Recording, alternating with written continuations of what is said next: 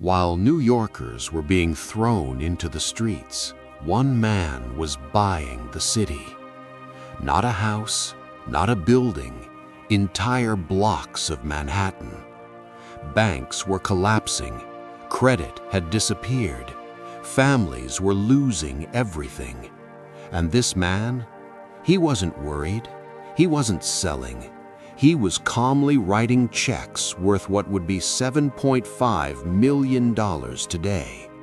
While his neighbors were being evicted, he was positioning himself to quietly own New York. This wasn't luck.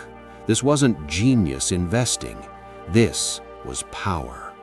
Because this same man already controlled 90% of America's fur trade, shipped illegal opium to China, sold that opium to New Yorkers through newspaper ads, and convinced Congress to literally ban his competitors. Then he locked 125 pieces of Manhattan land into a family trust that would make his bloodline the landlords of New York for more than a century.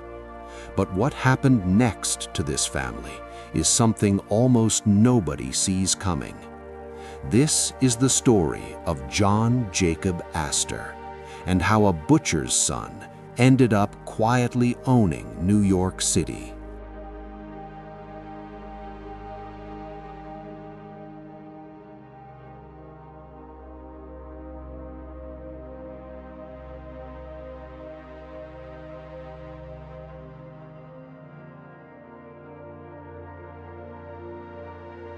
New York feels chaotic, wild, uncontrolled, free. That's why it feels wrong to realize that for over 100 years, one family dominated this city. The Astors had a nickname that said everything: the Landlords of New York. When John Jacob Astor died in 1848, he left behind a fortune worth over $100 billion today. Not because he built the tallest buildings, but because he owned the ground everyone else stood on. Land, leases, patience. So how does someone go from nothing to controlling the most valuable real estate in America? To answer that, we have to rewind to a teenage immigrant with almost no money and a dangerous amount of ambition.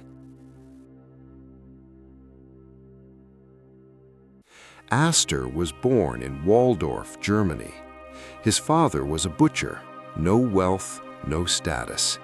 He didn't want a peasant's life, so at 16 he left home and moved to London. Not glamorous, but it showed him something important. There was more out there. After the American Revolution ended in 1783, travel reopened. Astor didn't hesitate. He boarded a ship to America with a few flutes and about $25. Foreign country, new language, almost no money. And during that voyage, he heard about one business that would change everything: fur.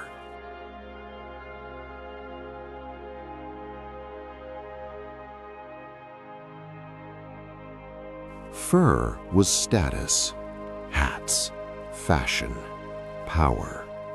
By 1786, Astor opened a fur shop in New York City. Perfect timing, high demand, limited competition. He expanded aggressively. By 1808, he formed the American Fur Company. Then came the politics. Astor lobbied Congress relentlessly. In 1816, Congress passed a law banning non-citizens from operating fur businesses on U.S. land. His competitors were wiped out overnight. 6 years later, another law shut down foreign government trading posts. Astor stood alone. At its peak, his company controlled nearly 90% of the American fur market, America's first real monopoly. Smart? Yes. Ethical? Not even close. Because this is where the story gets darker.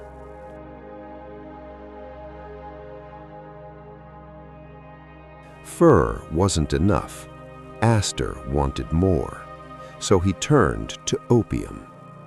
China had banned it. The trade continued anyway. Ships waited offshore. Smaller boats moved the cargo. Bribes handled the rest. In 1816, Astor imported 10 tons of Turkish opium. Lower quality, but incredibly profitable. He shipped it to China, traded it for luxury goods, and sold those back in America. A perfect loop.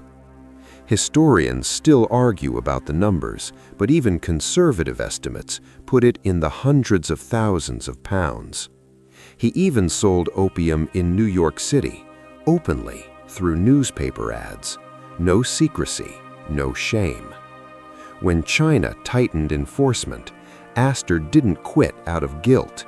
He quit because the risk went up. And that's when he made his most important move.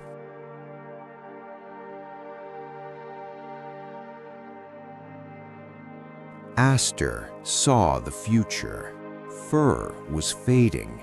Silk hats were rising. Costs were climbing. But New York? New York was inevitable. Then came the panic of 1837. Property prices collapsed. Families lost homes overnight. Foreclosures exploded. Investors panicked. Astor didn't. He bought during the collapse. He spent roughly $224,000, about $7.5 million today, and acquired massive parts of Manhattan. His strategy was brutal and simple. Own land, lease it out, let others take the risk. Tenants paid taxes. Tenants handled repairs. When leases expired, Astor raised rent or bought the buildings outright. Either way, he won.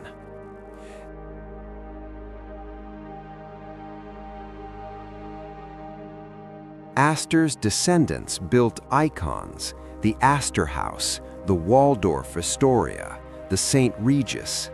John Jacob Astor IV became the richest passenger on the Titanic.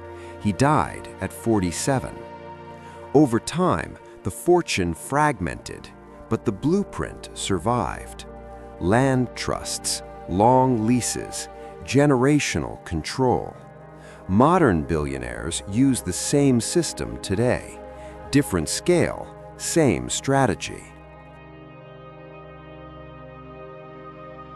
Astor didn't just make money, he built a machine that outlived him, shaped New York, and influenced every real estate dynasty after him. If you want to understand real power in America, you don't follow the headlines, you don't follow the hype, you follow the land. If you made it this far, leave a comment using the phrase, "Follow the money." And if you want more stories like this, subscribe, because this isn't history, this is the blueprint.